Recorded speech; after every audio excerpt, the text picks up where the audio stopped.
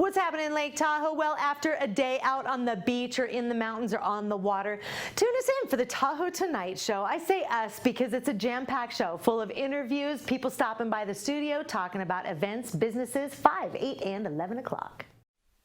Hi there, we are here with the Tahoe Fire and Fuels team to visit with Eric Horntvedt as well as Talina Sky, who's going to give us some really important information about what to do in the event of a fire and how to keep our homes safe. So I'm going to start with you, Eric, because you're going to talk about amber awareness, right?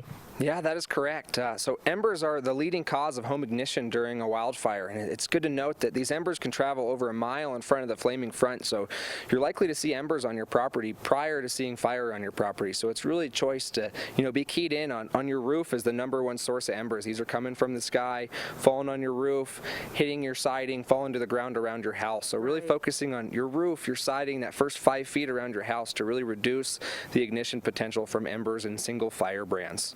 So with that, we highly recommend a Class A roof structure, moving away from wood shake roofs. And also you can also retrofit and upgrade your siding. There's plenty of ignition resistant or non-combustible sidings, or you can even extend up, 6 feet with rock or metal siding to reduce that radiant or convective heat transfer.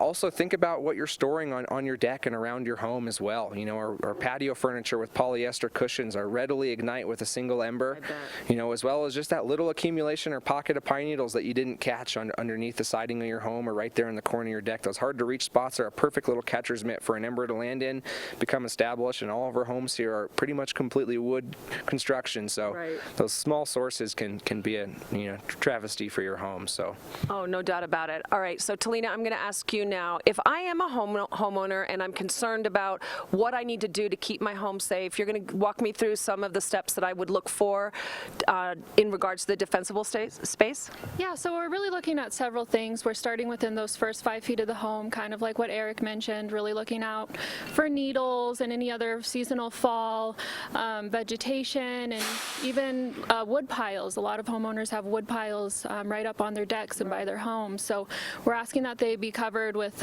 fire-resistant tarps or even removed, out of that first 5 to 10 feet zone. And then, moving out to 30 and 100 feet, we're looking at, vegetation, shrubs, is there separation with the canopy as well, and trees. And then also, if there are wood piles, that there's 10 feet of clearance around them. So those are the type of things that we're looking for and hoping to educate homeowners on. I love it. All right, so if I want to get more information, where should I go?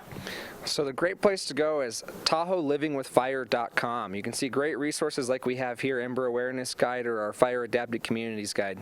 I love it. All right, thank you so much for your time. I really appreciate it. Such good information. We need to know this because it's coming up to that season, right?